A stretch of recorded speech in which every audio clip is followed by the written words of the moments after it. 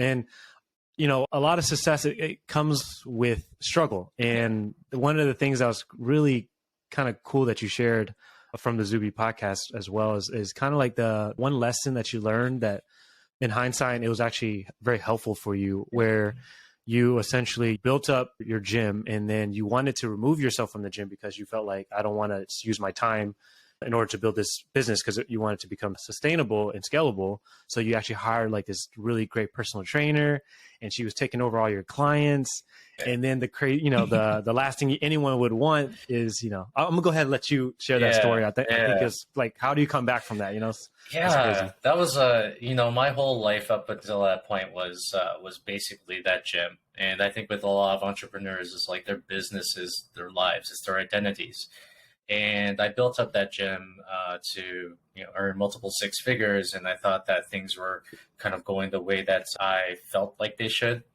And then one of the people, I actually kind of fully phased myself out of training, and I had only pretty much like one trainer taking care of all the training for me. And lo and behold, what happens is that she ends up actually like abruptly leaving the gym and going off and starting a gym literally almost like right beside me. Right. And you know what? In the very beginning, I was indignant. I was complaining, and I was just like, how could she do this to me? How could this happen? Why is everyone going to her gym? And I just had this like, woe is me type of mindset. And that was actually one of the only time that I've actually thought about suicidal ideation. That was like the first time I was like, okay, well, what happens if I'm not part of this world? Because at that point, I already lost like 50% of my business, and it just looked like it was just going to continue to drop, and I was going to have to like start over again or whatever it is. And that was the first time I actually thought to myself, I was like, shit, what happens in this world if I'm not here? You know, like all this stuff all this stress and anxiety can go away. But thankfully, actually, it was after one of my employees left me to go train at the other girl's gym. And I was sitting there inside of my office, and I was just like, what the fuck, man? Why did you let this happen? She's not, there's no one to blame for this. The only person to blame is yourself, because this has been every single situation and every single decision and every single thing that you allowed to happen is what caused this whole thing to happen. Now, what the fuck are you going to do about it? Right? Now, what lessons have you learned? What are you going to do? And the biggest lesson for me at that point was actually, there was two big lessons. Number one is take extreme ownership for every single situation in your life. Every single problem that you have, the main denominator that's inside of those problems is you. So take ownership of that. And the more that you can take ownership of the things that are happening, every single result that's happening in your life, the more you're going to have power to be able to go about and change them or let them go. The second lesson I had was, back then we were operating from a volume perspective. We were like, let's get as many people in here as possible.